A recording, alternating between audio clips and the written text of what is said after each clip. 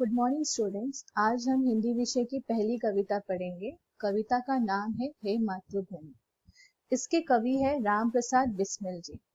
राम प्रसाद बिस्मिल जी का जन्म 1897 शाहजहांपुर उत्तर प्रदेश में हुआ था और उनकी मृत्यु 1927 गोरखपुर उत्तर प्रदेश में हुई थी।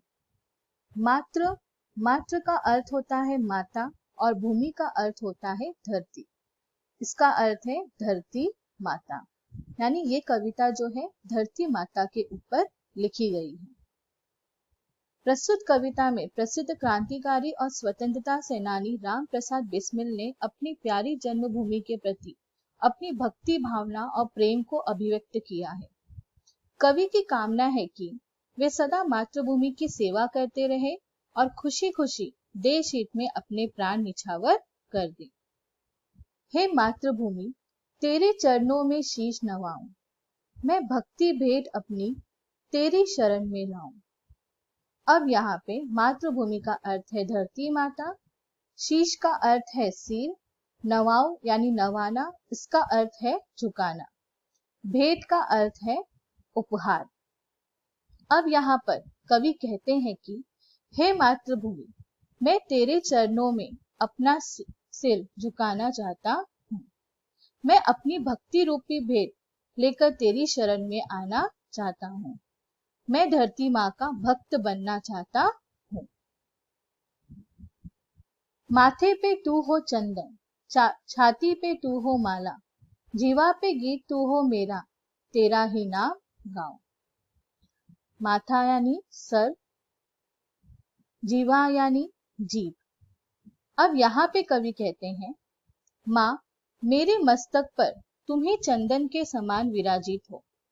चंदन जो हम अपने माथे पर लगाते हैं, तो यहाँ पे कवि ने कहा है कि जो धरती माँ है वो उनके माथे पर चंदन के समान विराजित है। तुम्ही मेरे हृदय पे माला के समान सुशोभित हो। माँ मेरी जीवा पर यानी माँ मेरी जीभ पर केवल तेरा ही नाम हो और मैं सदा तेरा ही गुणगान करता रहूं। जिससे सपूत उपजे श्री राम कृष्ण जैसे, उस धूल को मैं तेरी निज शीश पे चढ़ाऊं। सपूत यानी अच्छे पुत्र, श्री राम कृष्ण भगवान, ये सभी को पता है। जो राम कृष्ण भगवान की कहानी क्या है सभी को पता है। धूल का अर्थ होता है मिट्टी, नीच का अर्थ होता है हमेशा। अब यहाँ पे कवि ने श्री राम कृष्ण का वर्णन करते हुए कहा है कि श्री राम कृष्ण जैसे सपूत, मतलब अपने आप को श्री राम कृष्ण जैसा सपूत बताया है। यहाँ पे कवि कहते हैं कि इसी भूमि ने श्री राम और कृष्ण जैसे सुपुत्रों को जन्म दिया है। ऐसी मातृभूमि की रज को, ऐसी मातृभूमि की मिट्टी को मैं नित्य अपने शीश पे चढ़ाना चाहता हूँ।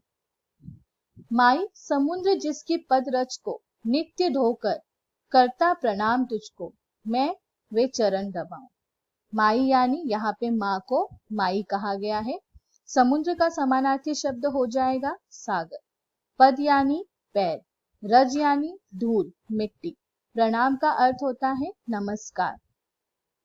अब यहाँ पे कवि कहते हैं कि हे माँ, समुद्र सदा तुम्हारे जिन चरणों को धोकर तुम्हें प्रणाम करता है, मैं उन चरणों को दबाना चाहता हूँ, उन चरणों की सेवा करना चाहता हूँ।